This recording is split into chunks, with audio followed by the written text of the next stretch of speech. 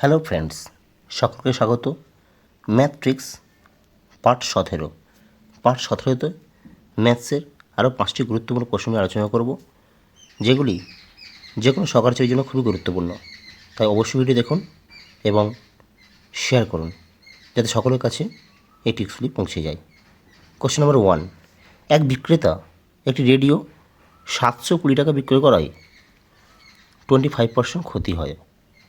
25% লাভ করতে হলে রেডিওটার বিক্রয় মূল্য কত হবে? তো এই টাইপের অঙ্কথাটার সুপার ট্রিক্স আছে, খুব সহজে বের করে নেবো। তো মোট রেডিওর টাকাটা যে 720 টাকা, সেটা আমরা লিখে নেব। ক্লিয়ার? আর যেটা 25% লাভে বিক্রি করতে চাইছে, এটা আমরা উপরে লিখব। 25% লাভ মানে কত? 100 টাকা যদি দাম হয়, তা 25% লাভ কত? 100 টাকা যদি দাম হয়, তা 25% লাভ মানে 125, 100 যোগ 25। 25% লাভ, যেটা লাভ চেয়েছে সেটা আমরা অবশ্যই উপরে লিখব। ক্লিয়ার? আর 25% ক্ষতি যেটা হয়েছে প্রথমে, সেটা আমরা নিচে লিখব। তাহলে 100 টাকা 25% ক্ষতি মানে কত? 100 বিয়োগ 25 সমান 75। 75 আমরা নিচে লিখব। ব্যাস, এটা কারেক্ট করে আমরা উত্তর পেয়ে যাবো। 25 দিয়ে কাটবো, 25 5 125, 25 3 75, 3 24 72, 0 5 2 40 গুণ করবো, 5 4 20, 0 হাতে 2, 5 2 10, 2 12, একটি 0 বসে 1200। অপশান দেখবো, option A 1200 is the correct answer. তো নিশ্চয়ই তোমরা বুঝতে পেরেছো। তো কী করলাম, যখন একটা রেডিও এখানে 720 টাকা বিক্রি করে 25% ক্ষতি হয়, আর 25% লাভ চাইলে, তাই এই টাইপের অঙ্কটা সুপার ট্রিক্স। এটা 720 টাকাটা আমরা আগে লিখে নিলাম, আর যেটা বের করতে বলেছে সেটা আমরা উপরে লিখবো ক্যালকুলেশন করে, আর যেটা আগে দেওয়া আছে সেটা নিচে লিখবো। তাহলে 25% লাভ করতে চেয়েছি, তাহলে 100 টাকা যদি দাম হয়, তার 25% লাভ মানে কত? 100 যোগ 25 মানে 125, সেটা আমরা উপরে লিখবো, অবশ্যই উপরে লিখবো। এটা খালি মনে রাখবে, যেটা বের করতে চেয়েছে সেটা আমরা উপরে রাখবো। তাহলে 125, আর 25% ক্ষতি সেটা নিচে রাখবো। তাহলে 100 টাকা দাম হলে তার 25% ক্ষতি সমান 75, 100 বিয়োগ 25, 75 নিচে করেছি, কাটাকুটি করেছি। 25 3 75, 25 5 125, 3 24 72, 240 গুণ 5 সমান 1200। Option A is the correct answer. Okay. Question number 2, একটা গুরুত্বপূর্ণ প্রশ্ন। এই টাইপের অঙ্ক যে কোনো পরীক্ষার ক্ষেত্রে আসে। পাস ফেলের অঙ্ক, কোনো পরীক্ষায় 80% ইংরাজিতে, 85% গণিতে এবং 75% উভয় বিষয়ে পাস করলো। যদি 45 জন উভয় বিষয়ে ফেল করে, তবে পরীক্ষার্থীর সংখ্যা কত? তো একটু লক্ষ্য রাখো, 80% ইংরাজিতে, 85% গণিতে এবং 75% উভয় বিষয়ে পাস করলো। তাহলে মোট আমি 100% ধরে নিয়েছি। ওকে, তা থেকে 80% ইংরাজিতে পাস করেছে, আর 85% গণিতে যোগ করলাম, আর উভয় বিষয়ে যেটা পাস করেছে সেটা বিয়োগ করবো, -75। ওকে, এটা আমরা ক্যালকুলেশন করবো। 100 বিয়োগ, এটা হবে 5 আর 165 বিয়োগ 75, 100 বিয়োগ 5 0 সমান 9 সমান 10, আর 10%। ক্লিয়ার? এই 10% কি ফেল করেছে, এই 10% কত? 45 জন অবশ্যই ফেল করেছে, তাই পরীক্ষার্থীর সংখ্যা আমরা অবশ্যই পেয়ে যাবো। বুঝে গেছে? 100% বের করে নেবো। তাহলে 10% সমান 45 লিখতে পারি। 1% সমান কত? তাহলে 45/10, আর 100% সমান কত? এটা চেয়েছে, সমান 45/10 ইন্টু 100। ক্লিয়ার? একটা সময় কেটে দেবো। 45 গুণ 10 সমান 450। অপশন দেখব, option A 450 is the correct answer. একটু বোঝো কী করলাম। কোনো পরীক্ষায় 80% ইংরেজিতে, 85% গণিতে এবং 75% উভয় বিষয়ে পাস করলো। যদি 45 জন বিষয়ে ফেল করে থাকে, তার পরীক্ষার্থীর সংখ্যা কত? এটা খুবই সুপার ট্রিক্স। তা কী করলাম, প্রথমে 100% আমরা ধরে নিলাম। তাহলে 80% ইংরেজিতে, আজ গণিতে পাস করে সেটা যোগ করলাম। ওকে, তাহলে 80 যোগ 85, আর উভয় বিষয়ে যেটা পাস করে সেটা বিয়োগ করবো, মানে 75। তাহলে 80 যোগ 85 সমান 165 বিয়োগ 75 সমান 90%।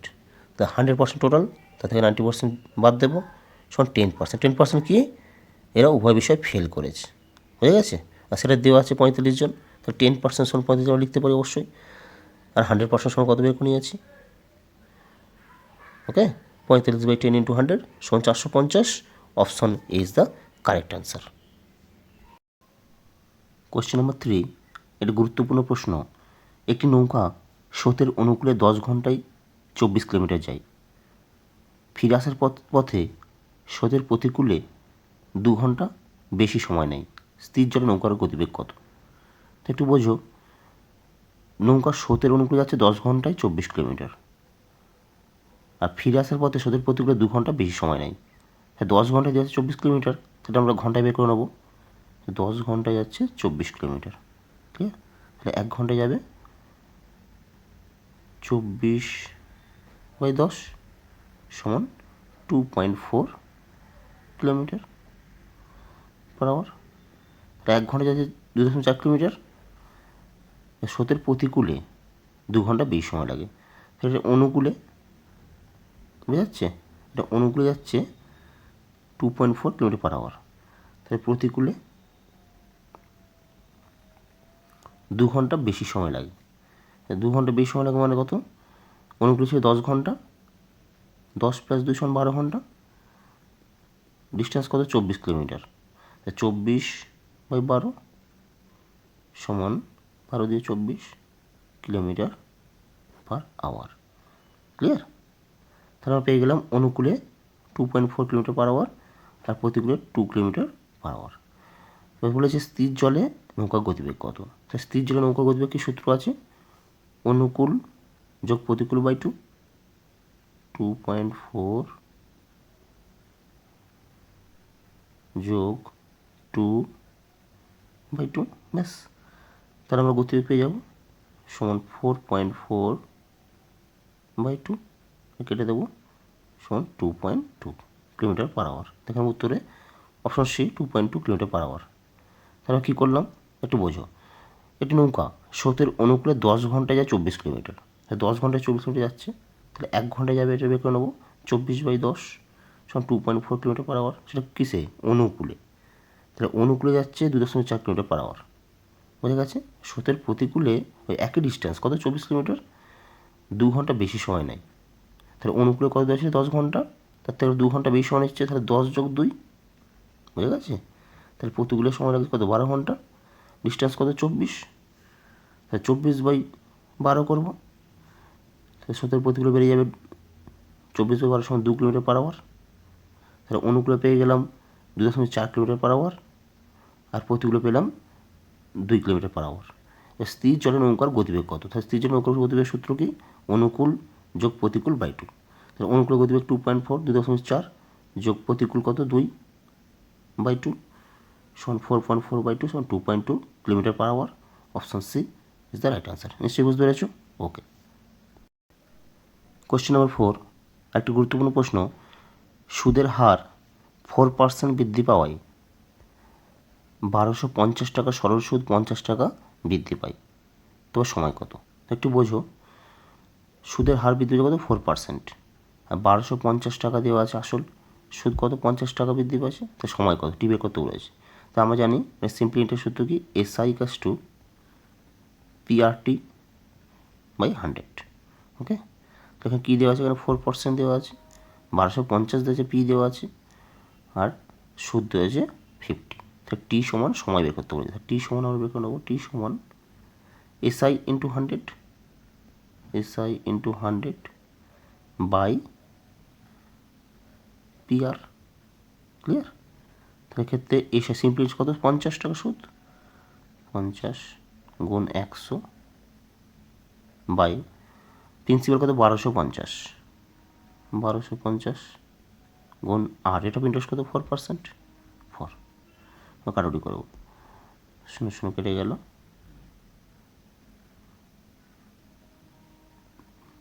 25 × 2 = 50, 25 × 5 = 125, 5 × 2 = 10, তার উপরে 2 × 4 আর নিচে 4 সব কেটে গেল। সমান 1, 1 বছর। অপশন দেখব অপশন এ, 1 বছর is the right answer. Clear? তাহলে বুঝে নাও। তো কী করলাম, 4% ইন্টারেস্ট দেওয়া আছে, 1250 টাকা প্রিন্সিপাল দেওয়া আছে, আর সুদ দেওয়া আছে 50। তাহলে সময় কত? তাহলে আমরা জানি সিম্পল ইন্টারেস্টের সূত্র কি, SI equals to PR T by 100। তাই সময় চাইছে, এখান থেকে টি বের করে নিয়েছি, T equals to SI into 100 by PR. এবারে 4% রেট অফ ইন্টারেস্ট দেওয়া আছে, 1250 প্রিন্সিপাল দেওয়া আছে, সুদ দেওয়া আছে 50।